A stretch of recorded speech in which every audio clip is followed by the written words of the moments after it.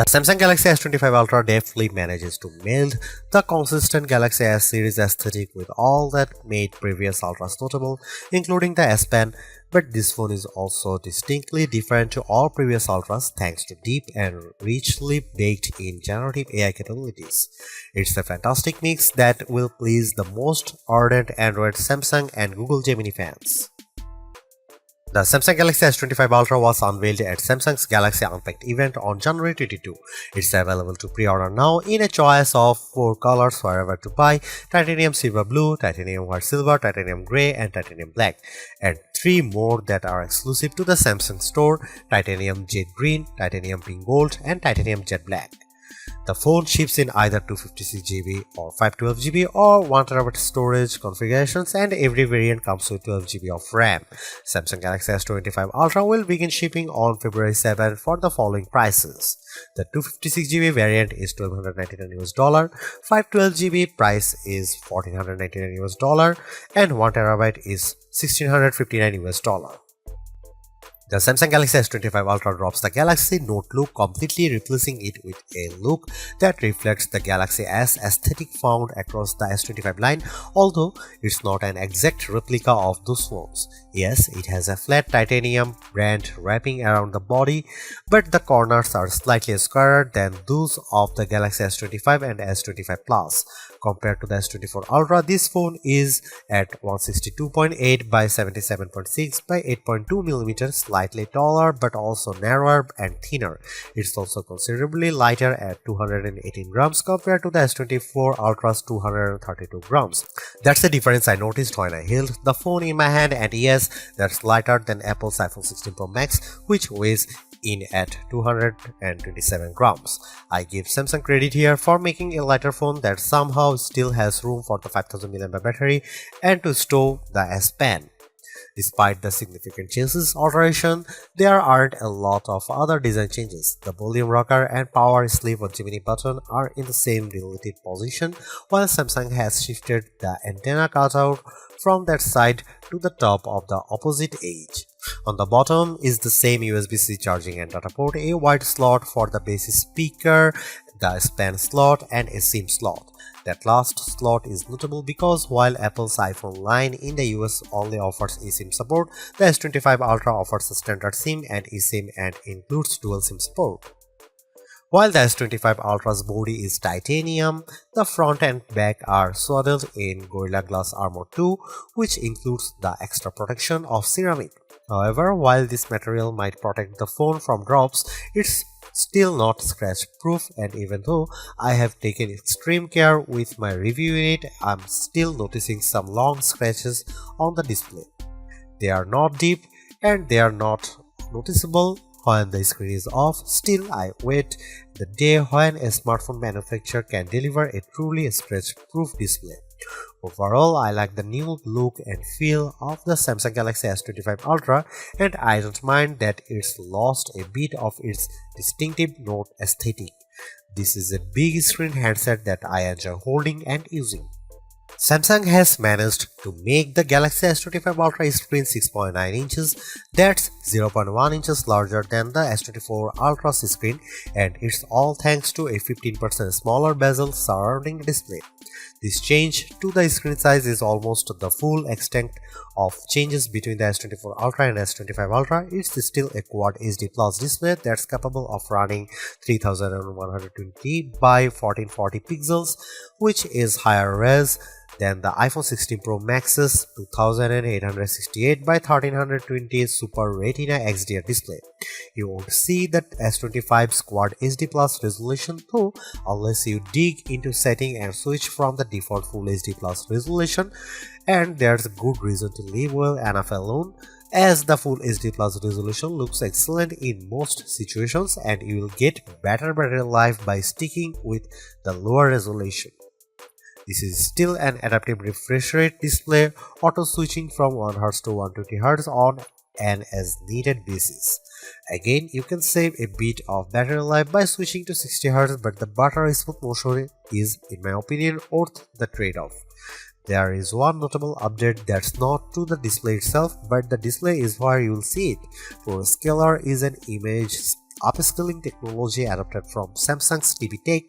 The ability to upscale any lower resolution content is powered by silicon and might come in handy if, say, you are playing an old game or watching an old video on the Quad HD Plus screen. It's a beautiful, perfectly flat screen, and unlike on the iPhone 16 Pro Max, there's no large island cutout for cameras, sensors, and information. Instead, there's just a small circular cutout for the 12 megapixel front-facing camera, and it's not something you notice while watching movies, playing games, browsing the web, or engaging with Gemini. Underneath the screen is an ultrasonic fingerprint reader. I initially only registered my thumb but found that the scanner sometimes struggled to read my print. My skin is incredibly dry right now, so that might have contributed to the flakiness. Later, I registered multiple digits and found better luck with an index finger. I also used a pin and my face to unlock the phone. The integrated S Pen looks, feels, and essentially works the same as the S Pen in the S24 Ultra, but with one notable difference: it no longer has Bluetooth Low Energy support. This means that some of the long-distance remote control features no longer work. You can't use them button on the Pen 2, for instance, advanced lights. Samsung told me they removed BLE support because so few people were using the related features, and I can say that I didn't miss it in my tests. In general, I'm a big fan of the S Pen. It's thin and small but a worthy drawing implement. I used it in notes, sketchbook, and sketch to image, and it's also good for note taking. I was impressed by how effortlessly Samsung Notes could convert my scroll to accurate text. At a glance, the Samsung Galaxy S25 Ultra camera array looks unchanged from the S24 Ultras, but Samsung has given the array a visual upgrade. All the lenses now appear to almost float above the chassis. It's a neat effect, but for the most part it's a skin-deep alteration, and Samsung has left almost all the camera aspects unchanged. Here is what you will find on the S25 Ultra. You get the same 200 megapixel main sensor, 50 megapixel 5x telephoto, 10 megapixel 3x telephoto, and 12 megapixel front shooter found on Samsung's previous Ultra model. The only new camera of the bunch is the 50 megapixel ultra wide. More pixels here mean better low light performance for ultra wide shots and more detailed macro shots. As evidenced in my test, this is mostly because the camera defaults to bind shooting, which means it's combining roughly 4 pixels for each one in the final image. Similarly, you will do most of your 200 megapixel main camera shooting in a pixel binned 12 megapixel mode. Here are some camera samples of Samsung Galaxy S25 Ultra.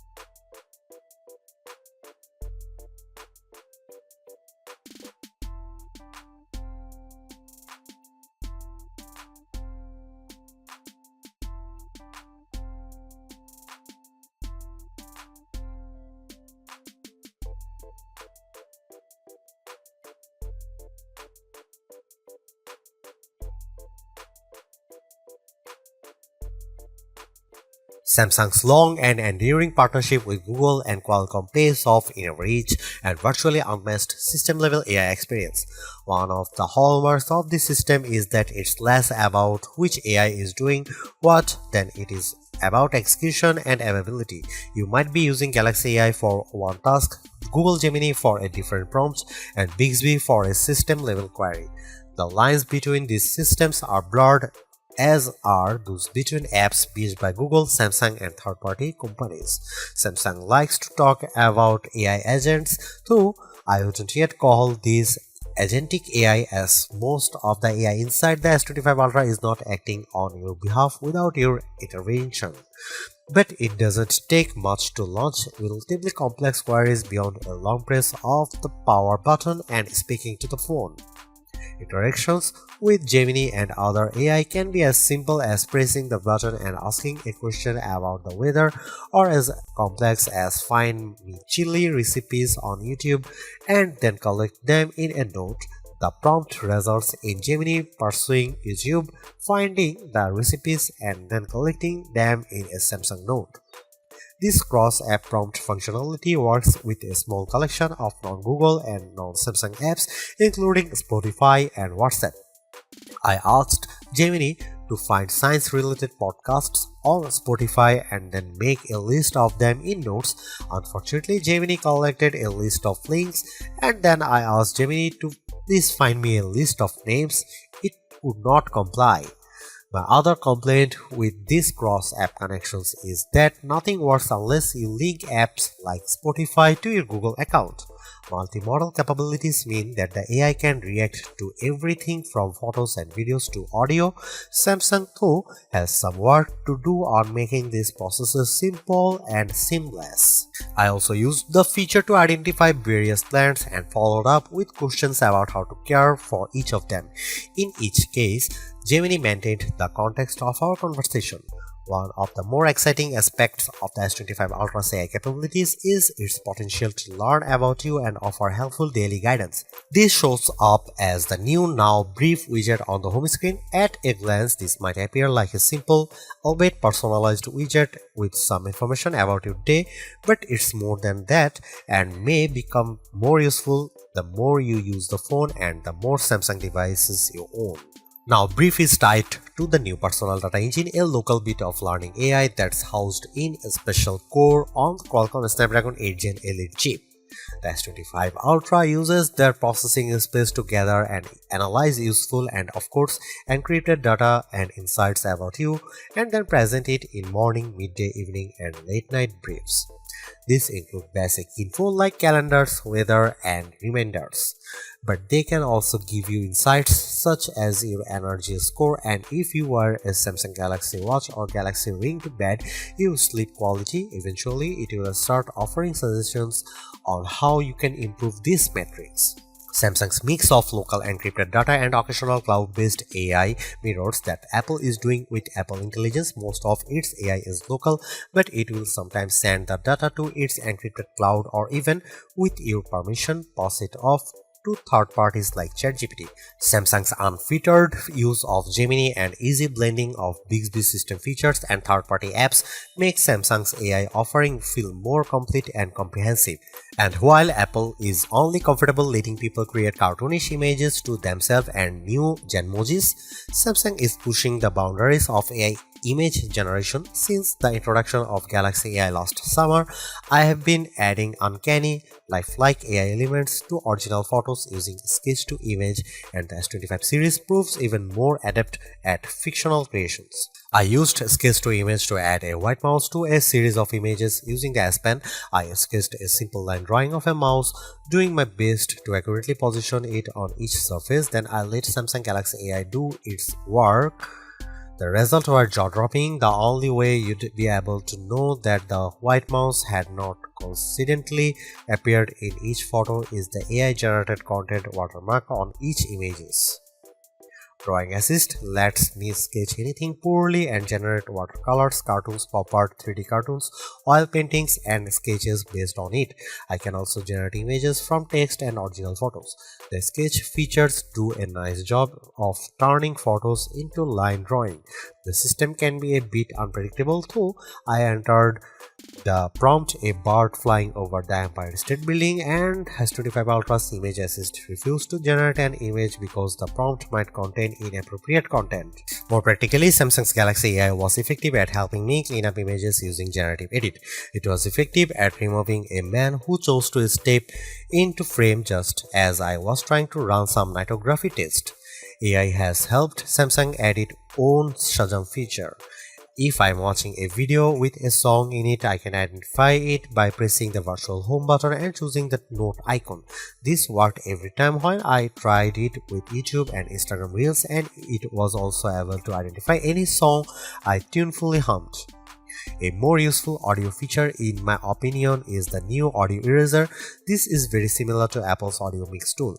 Both can identify, separate and remove background noises in videos. Samsung's version did an excellent job of removing all noise from a video I shot on busy street.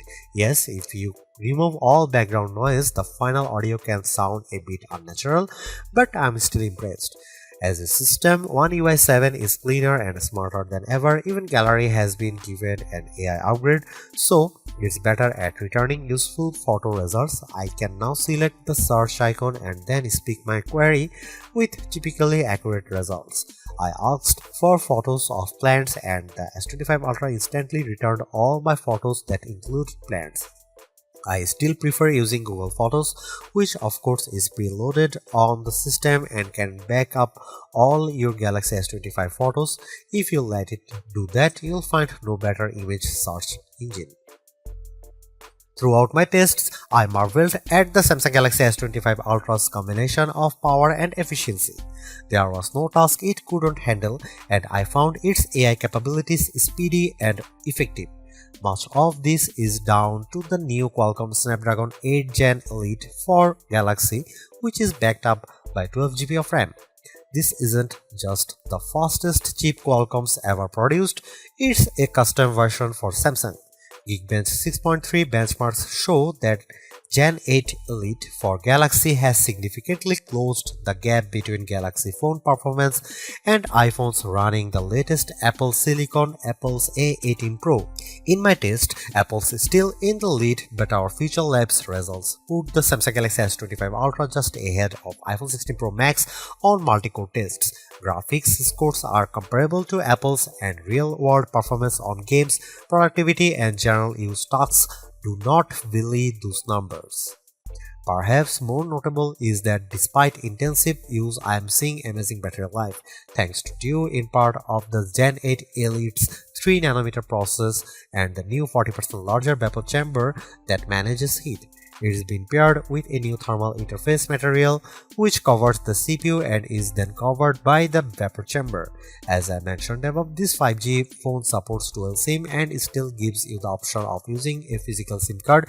It also supports ultra-wideband, which could be useful for using the phone to locate those new Samsung Smart Tags, and Wi-Fi 7, which should help future-proof your connectivity experiences. Samsung rates the Galaxy S25 Ultra at 31 hours of video playback, and on mixed tasks I got well over 30 hours of battery life on a single charge. With a 65-watt charger, I fully charged the 5000 mAh battery in 1 hour. In our lab test, the rundown ran 18 hours and 35 minutes when using the phone screen at the standard 60Hz refresh rate and dropped to 17 hours and 50 minutes when using the more resource-intensive adaptive refresh rate. To put this in perspective, the iPhone 16 Pro Max managed 17 hours and 35 minutes in the same tests. The phone supports 5W QI-based wireless charging and will work with QI2 based charger, though I don't think it supports the latter's 15W faster charge times. The Samsung Galaxy S25 Ultra is the best Android phone you can buy right now. Interacting with AI has never felt more natural or useful. In addition, the phone's gorgeous screen, helpful S Pen, solid battery life and class-leading power all contribute to Samsung's most well-rounded offering. Top-tier cameras with exceptional zoom merely top it all off. You can get a similar overall experience from the Galaxy S25 Plus and the Pixel 9 Pro XL for less money, but with a slightly smaller screen and without the stylus. For anyone seeking the ultimate Android phone, though, the Galaxy S25 Ultra is our editor's choice winner.